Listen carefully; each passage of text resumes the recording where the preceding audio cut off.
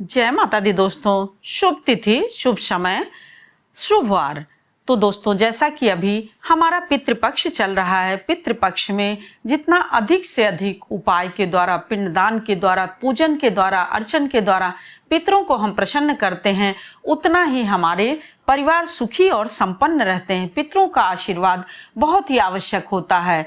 आप किसी भी सारे पुराणों शास्त्रों में बहुत सारी चीजें ऐसी लिखी हुई हैं पितरों के लिए, जो कि बहुत ही ज्यादा आशीर्वाद की आवश्यकता होती है। और जिस परिवार पर पितरों का आशीर्वाद होता है, वह परिवार बहुत ही ज्यादा सुखी और संपन्न होता है। तो दोस्तों, पितृपक्ष में पड़ने वाली एकादशी अब की बार कब पड़ रही है, इसका महत्व क्या है, इस एकादशी का नाम क्या है और पारण कब करना है। तो दोस्तों, एकादशी 2024 पितृपक्ष में पड़ने वाली एकादशी को हम पितृ एकादशी के भी नाम से जानते हैं। जहां पर इसका पितृ एकादशी का नाम है, वहीं इंदिरा एकादशी के नाम से भी इसे जाना जाता है। इस माह में पितरों की पूजा बहुत ही श्रद्धा और विश्वास के साथ और बहुत ही प्रेम पूर्वक करनी चाहिए। पितरों को प्रसन्न करने के लिए तरह तरह के पिंडदान, भोग, पूजन या फिर जो वस्तुएं अर्पित की जाती हैं उनको वह जरूर अर्पित करें।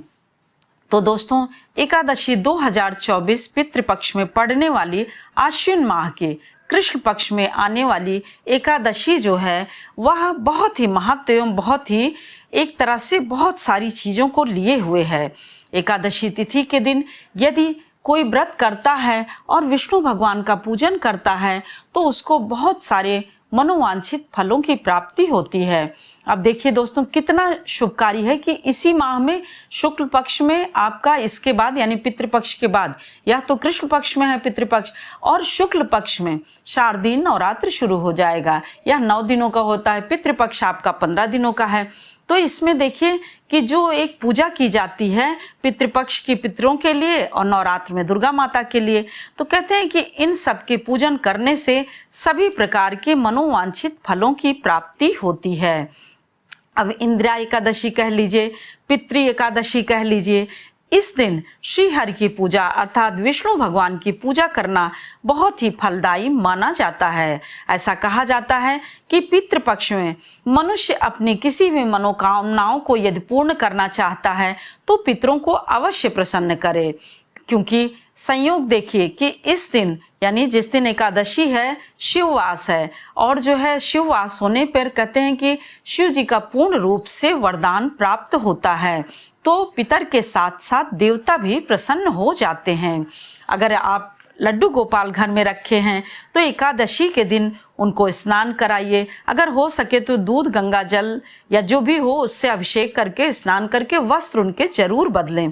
वस्त्र बदल करके उनको धूप, दीप, माला, फूल, आरती, भोग में जो भी चीजें आप बनाए हैं, नहीं कुछ है तो आटे का हलवा ही बना करके भोग लगा दीजिए, या फिर आप फलहारी लगाना चाहते हैं, चूंकि लड्डू गोपाल छोटे हैं तो उनको खाना जरूर भोग लगाया करिए। और नहीं हो सके तो दूध, फल, फूल, मेवा, मिश्री एकादशी के दिन दीजिए आप, क्योंकि एकादशी के एक दिन पहले से ही चावल वर्जित हो जाता है। सनातन धर्म में एकादशी के दिन यदि विष्णु भगवान की कोई विशेष रूप से पूजा अर्चना करते हैं तो उनको बहुत सारी चीजें उनकी पूर्ण हो जाती हैं, क्योंकि यह एकादशी भगवान विष्णु को समर्पित होती है। और वहीं पर व्रती व्यक्ति जो एकादशी के व्रत को करता है, उसके स्वयं के कल्याण के साथ साथ उसका पूरा परिवार सुखी रहता है, उसके पूरे परिवार का कल्याण होता है। इसलिए अब की बार यह पितृपक्ष में पड़ने वाली इंदिरा एकादशी के दिन आप पितरों का पूजन करिए। पितरों का पूजन करने पर फिर सुबह सुबह में आप भगवान जी का पूजन करिए, और फिर दोपहर में पितरों का पूजन किया जाता है। दोपहर में पितरों का पूजन करिए। पूजन करने के बाद यदि आप अपनी यह एकादशी पितरों को समर्पित कर देते हैं तो आपको बहुत ज़्यादा आशीर्वाद पितरों का प्राप्त होता है, और सारे पितर बहुत ही ज़्यादा प्रसन्न हो जाते हैं और उनका उद्धार भी हो जाता है। तो ये चीजें यानी ये एकादशी का व्रत परिवार में जो करता है वो तो करता है, उसको तो पुण्य प्राप्त ही होता है, पूरे परिवार को पुण्य प्राप्त होता है। इसीलिए कहा जाता है कि इस लोक में तो सुख ही सुख रहता है उसे, यानी पृथ्वी लोक पर उसे सारे सुख की प्राप्ति होती है, ऐसा कहा जाता है। और विष्णु पुराण में भी ऐसा कहा गया है कि एकादशी का व्रत जो भी मनुष्य करते हैं उन्हें इस संसार के सभी सुखों की प्राप्ति होती है तथा संसार में उच्चतम और श्रेष्ठ पदों की प्राप्ति होती है, उनका मान सम्मान बढ़ता है तथा चारों तरफ उनकी यश कीर्ति बढ़ती है। इस प्रकार से पितृपक्ष के दशमी तिथि जो होती है पितृपक्ष की, उसी के दूसरे ही दिन एकादशी पड़ती है। परंतु देखिए, दशमी युक्त एकादशी कभी भी नहीं रही जाती है अपने सनातन धर्म में। सनातन धर्म में द्वादशी युक्त एकादशी का विशेष रूप से महत्व होता है। ऐसा कहा जाता है कि एकादशी जो भी रहता है द्वादशी युक्त, वह जो है बहुत कहते हैं कि उनके सारे कार्य संसार में आसानी से होते चले जाते हैं। इसके पीछे कथा कहानी भी है। तो देखिए, और मृत्यु के बाद भी उन्हें अच्छे पदों की प्राप्ति होती है, यानी ये नहीं है कि वो कुछ भी बन जाएंगे, जो भी उनको मिलेगा वह सही रहेगा। तो इसीलिए दुआस युक्त एकादशी ही व्रत करें, तभी इस व्रत को उत्तम माना जाता है। अब देखिए दोस्तों, इस बार एकादशी के भी व्रत में अब की बार ऐसा कुछ संयोग है कि सारे व्रत मतलब दो दिन हो करके इतनी दुविधा, इतने संशय हो जा रहे हैं, क्योंकि कई पंचांगों का मिला करके, सभी पंचांगों का मिला करके जब होता है तो वो 2 दिन का हो जा रहा है। इस प्रकार से बहुत ही ज़्यादा संशय हो जाता है, दुविधा हो जा रही। तो कुछ लोग 27 को मान रहे हैं, कुछ लोग 28 को, जबकि दोस्तों देखिए, सनातन धर्म में उदया तिथि के अनुसार आश्विन माह की एकादशी तिथि शनिवार यानी शनिवार दोपहर को 1:20 पर प्रारंभ हो रही है, यानी 27 को। तो उदया तिथि में तो है नहीं, तो इस वजह से आप देखिए दोपहर में ये हो रही है, और हमारे सनातन धर्म में उदया तिथि का माना जाता है। तो जब यह 27 को 1:20 से शुरू हो रही है तो यह उदया तिथि नहीं मानी जाएगी, बल्कि दोपहर कही जाएगी। और वहीं पर 28 को 2:49 पर समाप्त हो रही है। तो उदया तिथि हमें 28 को प्राप्त हो रही, न कि 27 को, यानी 27 को दोपहर से लग रही है और 28 को दोपहर तक है। तो इस प्रकार से 28 को हमें उदया तिथि के अनुसार शुद्ध एकादशी प्राप्त हो रही है। तो अब की बार 28 को ही इंदिरा एकादशी का व्रत रखा जाएगा। इस दिन शिववास है और सिद्ध योग है।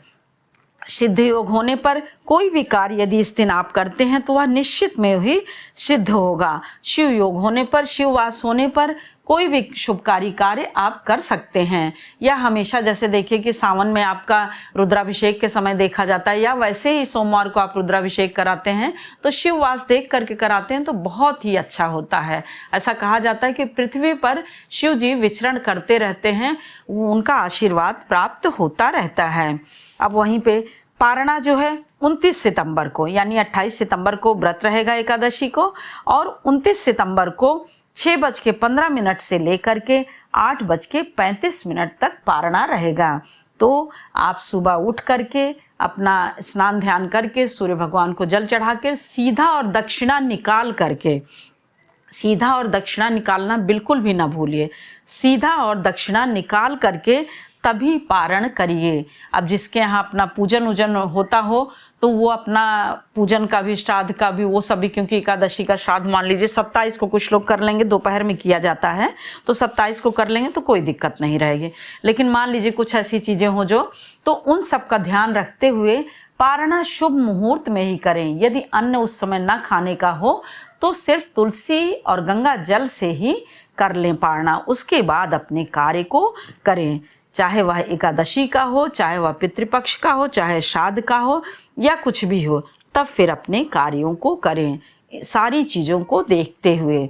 जय माता दी दोस्तों, फिर मिलते हैं एक और नई जानकारी के साथ। तब तक के लिए लाइक करिए, सब्सक्राइब करिए और बेल बटन जरूर प्रेस करिए, जिससे कि नोटिफिकेशन सबसे पहले आपके पास पहुँचे। और यदि यह जरा भी सहायक हो तो कृपया शेयर करना बिल्कुल भी ना भूलें। क्योंकि आपके एक लाइक कमेंट शेयर करने से ही हमारे मनोबल बढ़ते हैं और हमें आगे बढ़ने का मार्ग प्राप्त होता है। जय माता दी।